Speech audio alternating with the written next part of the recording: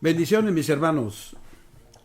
Aquí estamos de nuevo con la ayuda del precioso Espíritu Santo para que me siga ayudando a exponer la palabra de mi Señor. Hebreos capítulo 6 nos dice así la Escritura: por tanto, dejando ya los rudimentos de la doctrina de Cristo, vamos adelante a la perfección, no echando otra vez el fundamento del arrepentimiento de obras muertas de la fe en Dios, de la doctrina de bautismos, de la imposición de manos, de la resurrección de los muertos y del juicio eterno. Y esto haremos si Dios en verdad lo permite. Porque es imposible que los que una vez fueron iluminados y gustaron del don celestial y fueron hechos partícipes del Espíritu Santo y asimismo gustaron de la buena palabra de Dios y los poderes del siglo venidero y recayeron, sean otra vez renovados para arrepentimiento, crucificando de nuevo para sí mismos al Hijo de Dios y exponiéndole a vituperio. Porque la tierra que bebe la lluvia que muchas veces cae sobre ella y produce hierba provechosa a aquellos por los cuales es labrada recibe bendición de Dios. Pero la que produce espinas y abrojos es reprobada, está próximo a ser maldecida, y su fin es el ser quemada. Gracias, Señor, de antemano por tu palabra, por tu apoyo, Espíritu Santo.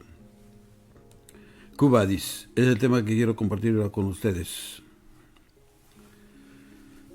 La inactividad hace que las máquinas se oxiden. Los ejércitos pierden su poder.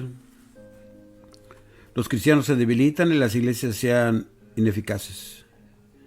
Si no nos esforzamos en seguir adelante, retrocederemos. Debemos avanzar o nos oxidaremos. El escritor de Hebreos se quejó de que sus lectores eran infantiles e inmaduros, cuando en realidad deberían estar maduros y completamente desarrollados. Por esto, necesitaban volver a aprender el abecedario de los principios cristianos. Él los animó a no quedarse estancados en las doctrinas básicas y elementales de Cristo y a avanzar hacia adelante. Cuando Moisés y los hijos de Israel estaban atrapados entre el Mar Rojo y el vengativo ejército del faraón, Moisés gritó a la asustada multitud: «Estén firmes y verán la liberación que el Señor hará a favor de ustedes». Pero el Señor le dijo a Moisés: «¿Por qué clamas a mí? Di a los hijos de Israel que marchen». Esto vemos en Éxodo 14, 13 y 15. Tan pronto como ellos dieron un paso adelante, las aguas se retiraron y la gente pudo escapar del peligro hasta el otro lado. Dios siempre nos está diciendo que prosigamos, que avancemos en la vida espiritual. Uno puede ver truncado su desarrollo físico, pero no su desarrollo espiritual. En este campo o se avanza o se retrocede. Puesto que puedes retroceder, debes avanzar. Es peligroso intentar quedarte en el mismo lugar.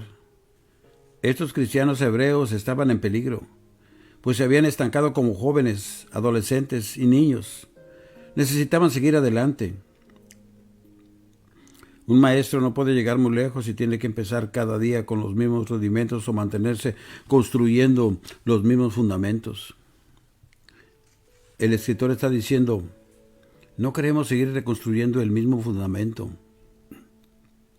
Sin embargo, valdrá la pena examinar brevemente este fundamento antes de proseguir hasta la perfección o madurez en la vida. Hay por lo menos tres partes de este fundamento: los principios fundamentales de la vida cristiana, los ritos de la iglesia y las enseñanzas de los últimos días. Los principios fundamentales de la vida: poner de nuevo el fundamento del arrepentimiento de obras muertas. Este primer elemento del fundamento es muy interesante. Lo que está muerto podría ser inofensivo, pero también podría ser mortalmente peligroso para el alma. El autor está diciendo que debemos dejar a un lado estas obras muertas o mortales. El arrepentimiento de estas obras muertas y de la fe en Dios son los dos principios básicos de la doctrina de Cristo. Todos los lectores cristianos ya habían aprendido estos principios y necesitaban avanzar en su desarrollo espiritual. Otra parte del fundamento de la fe cristiana implicaba los rituales de las iglesias. Ellos también debían dejar las prácticas iniciales y seguir adelante. La doctrina de bautismos. A primera vista, esto es desconcertante, porque hay un solo Señor, una sola fe, un solo bautismo. Lo vemos en Efesios 4:5. ¿Qué significa esta referencia a la doctrina de bautismos? Estos cristianos habían recibido bastante enseñanza sobre el bautismo. Sin duda, algunos, como Apolo, solo conocían el bautismo de Juan el Bautista, pero no tenían fe en Cristo. Eso lo vemos en Hechos 8:25. Pablo encontró a algunos de ellos en Éfeso. Hechos 19:3 lo vemos. Había muchas enseñanzas sobre el bautismo que los apóstoles y los primeros cristianos enseñaban y practicaban aún más allá de los escritos. Por ejemplo, había un pequeño folleto llamado Didache que contenía las enseñanzas de los 12 apóstoles y se escribió alrededor del año 100. Este folletito era entregado a los nuevos conversos. El 7º capítulo decía: antes del bautismo, el que es bautizado y el que bautiza ayunen y permitan que otros que pueden hacer lo mismo lo hagan. Tú debes invitar al que va a ser bautizado a ayunar por 2 o 3 días antes de la ceremonia. Una cosa es clara: el nuevo converso no venía a la iglesia sin que se le hubieran enseñado los rudimentos de la fe. Se lo instruía completamente antes de que fuera bautizado. Él sabía lo que significaba el bautismo. Él sabía lo que significaba ser cristiano. El escritor probablemente está diciendo: no hay necesidad de que regresen las enseñanzas que recibieron en el bautismo y volver a construir este fundamento. Avancemos hacia otras cosas. La imposición de manos. Este era también uno de los ritos de las primeras iglesias. A los primeros cristianos les parecía que era importante ser tocados por los apóstoles. Todos los apóstoles habían estado cerca de Jesús. Lo vemos en Hechos 1:21 y 22. ¿No habría sido emocionante si hubiéramos vivido en esa época, haber sido tocados por un hombre que había tocado a Jesús? Lo importante no era el cargo que esa persona desempeñaba, sino que había estado cerca de Jesús. Todavía nos parece que sería una bendición estar cerca de alguien que estuvo cerca de Jesús. La imposición de manos seguía el bautismo y estaba conectada con los dones espirituales. Su interés en estas cosas también necesitaba estar sujeto al deseo de avanzar hacia el desarrollo espiritual futuro. Las últimas cosas. La doctrina de la resurrección de los muertos y el juicio eterno. Este es el último de los 3 conceptos que constituyen los primeros principios de la creencia cristiana mencionados por el autor. La fe cristiana es una relación con Dios. Todos nosotros los cristianos, nos damos cuenta de que algún día vamos a ser galardonados en el tribunal de Cristo. Si vamos a permitir que el propósito de Dios se cumpla en nuestra vida, debemos seguir adelante con estos primeros principios. Gloria a Dios que no vamos a estar en el trono blanco solamente para aquellos que no quisieron aceptar a Jesucristo como su único y suficiente Salvador. Y esto haremos si es que Dios lo permite, dice la Escritura. Este tercer versículo es un importante momento decisivo. El autor había escrito: sigamos adelante, sin poner de nuevo el fundamento. Luego añade: y esto haremos si es que Dios lo permite. Parece un poco difícil de entender. ¿Por qué no va a querer Dios que toda esta gente siga adelante y se edifique sobre el fundamento descrito aquí? Él está diciendo que si estas personas son verdaderamente cristianas, si verdaderamente han nacido de nuevo, seguirán adelante. Ellos pueden, pero si no son verdaderos hijos nacidos de nuevo, si solo son como la semilla que fue plantada en pedregales, cuando el caluroso sol de la persecución caiga sobre ellos, se secarán, demostrando que realmente no estaban arraigados en Cristo. Si no son el pueblo de Dios, entonces todo es inútil y en vano. No pueden seguir adelante. no van a seguir adelante ni van a edificarse hasta llegar a la perfección sobre la base de este fundamento, volviendo a crucificar a Cristo. Este es uno de los pasajes más difíciles del libro, y creo que estos son los versículos más oscuros de toda la Biblia. Nos ayudaría a primero ver el resumen de la descripción. Pero aunque hablamos así, oh amados, en cuanto a ustedes estamos persuadidos de cosas mejores que pertenecen a la salvación. Si una persona es cristiana, puede seguir adelante. Si no, entonces sus esfuerzos son inútiles. Por esto el autor empieza describiendo al cristiano. Los que fueron una vez iluminados, esta es una hermosa y precisa descripción de un cristiano. El autor les recuerda después que traigan a la memoria los días del pasado en los cuales, después de haber sido iluminados, soportaron gran conflicto y aflicciones. En 10:32 nos dice, la palabra que se usó para decir una vez es apaz, que significa una vez por todas. Ellos fueron iluminados una vez por todas. Gustaron el don celestial. Este verbo también se usa en la carta para describir la experiencia de Jesús, quien por la gracia de Dios gustase la muerte por todos. Esto no quiere decir que Jesús degustó la muerte, sino que experimentó completamente toda su amargura. Esto significa que los lectores de la carta no habían gustado ligeramente el don celestial, sino que lo disfrutaban totalmente. Llegaron a ser participantes del Espíritu Santo.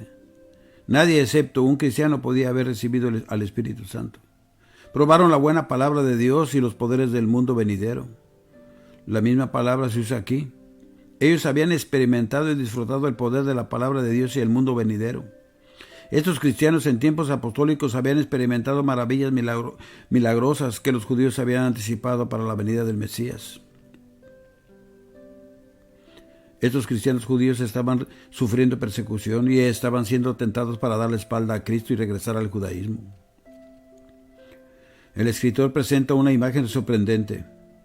Dice que si ellos se alejan y rechazan a Cristo, estarán crucificándolo otra vez. Al negar a Cristo después de haber confiado en Él, estarían propinando un terrible golpe al testimonio cristiano y darían consuelo a los enemigos del Evangelio. Según la leyenda de Quo Vadis, Pedro fue testigo de la brutal persecución de sus compañeros cristianos bajo Nerón. Su valentía menguaba. Pedro sintió que todo estaba perdido y estaba preparado para volver a negar a su Señor. Decidió escapar de Roma, pero en el camino principal de la ciudad se encontró con un hombre que llevaba una cruz. Pedro le preguntó en latín a ese hombre, ¿Quo vadis?, que significa, ¿a dónde vas? Voy a Roma, replicó el extraño, para que me crucifiquen de nuevo, esta vez por ti. Pedro entonces le dio cuenta de que ese hombre era Jesús. Según la leyenda, Pedro regresó a Roma dispuesto a que lo crucificaran por su fe en Cristo.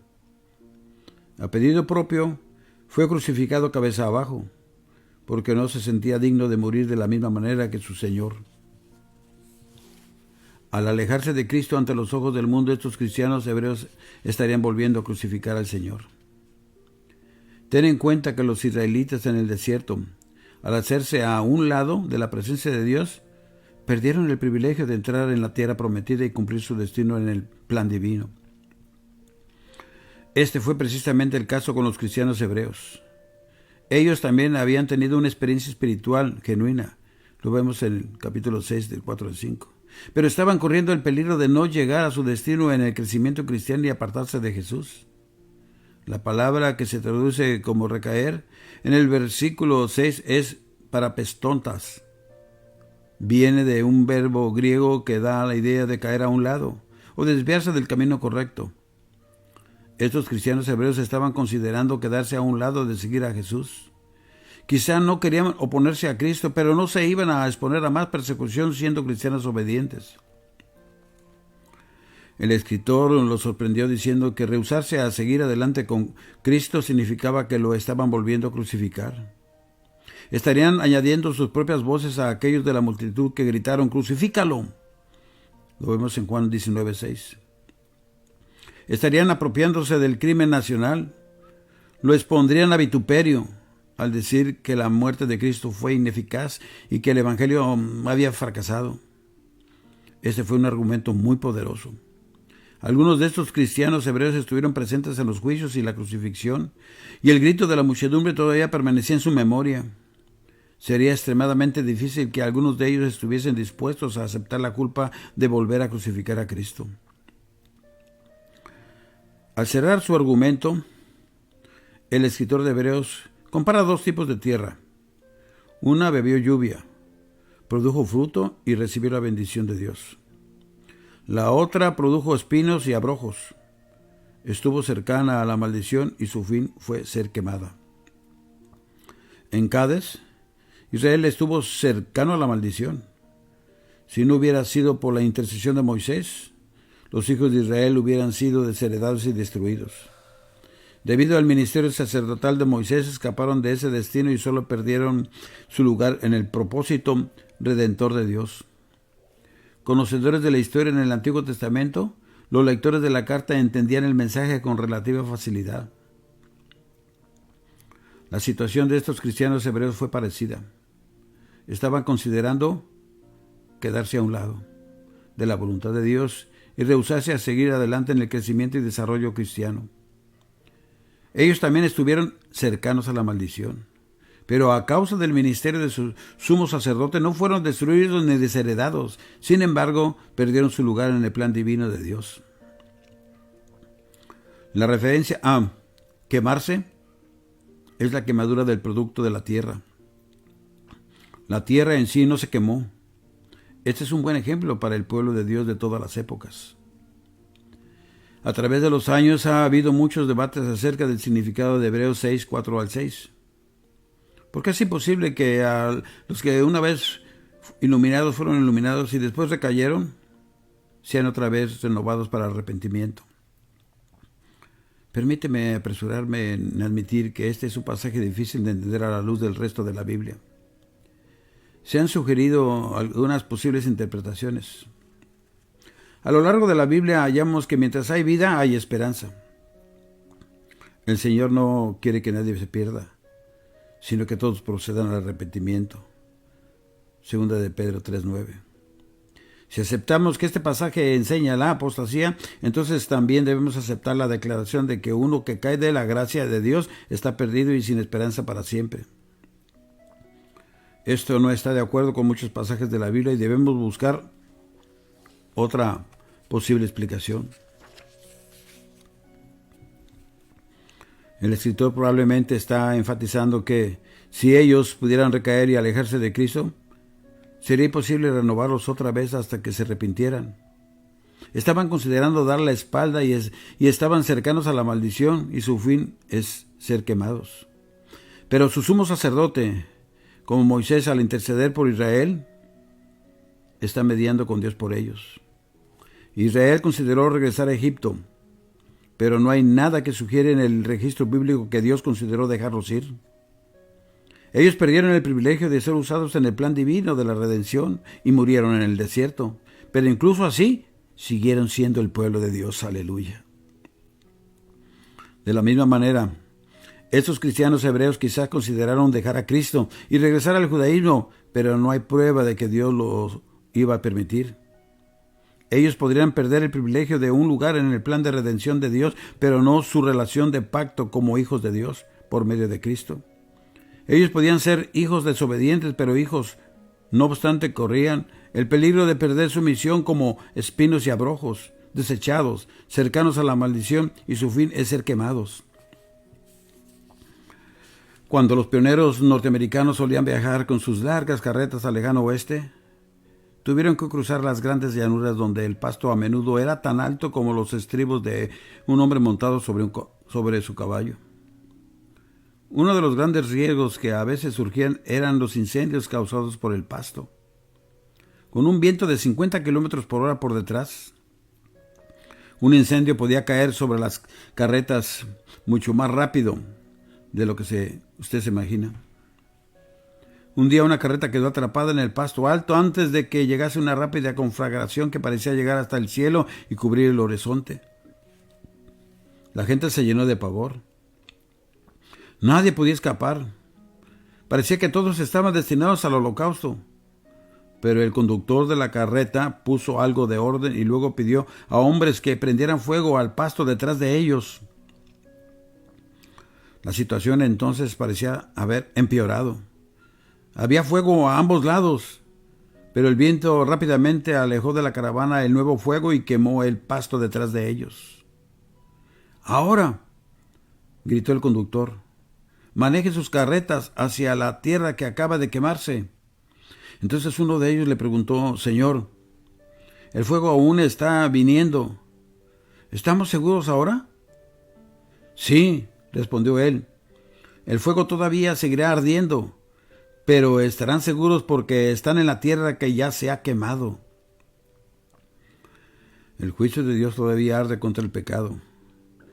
Pero aquellos de nosotros que nos apoyamos en lo que sucedió en el Calvario, estamos parados en la tierra que ya se ha quemado. El fuego de la ira de Dios quemó nuestros pecados en la cruz hace tiempo. Ahora estamos seguros en las manos del Señor.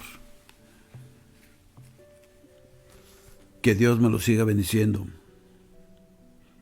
Y recordemos que nuestra vida está escondida en Dios. Se despide su hermano y amigo el pastor Carlos Parga. Que Dios me lo siga bendiciendo.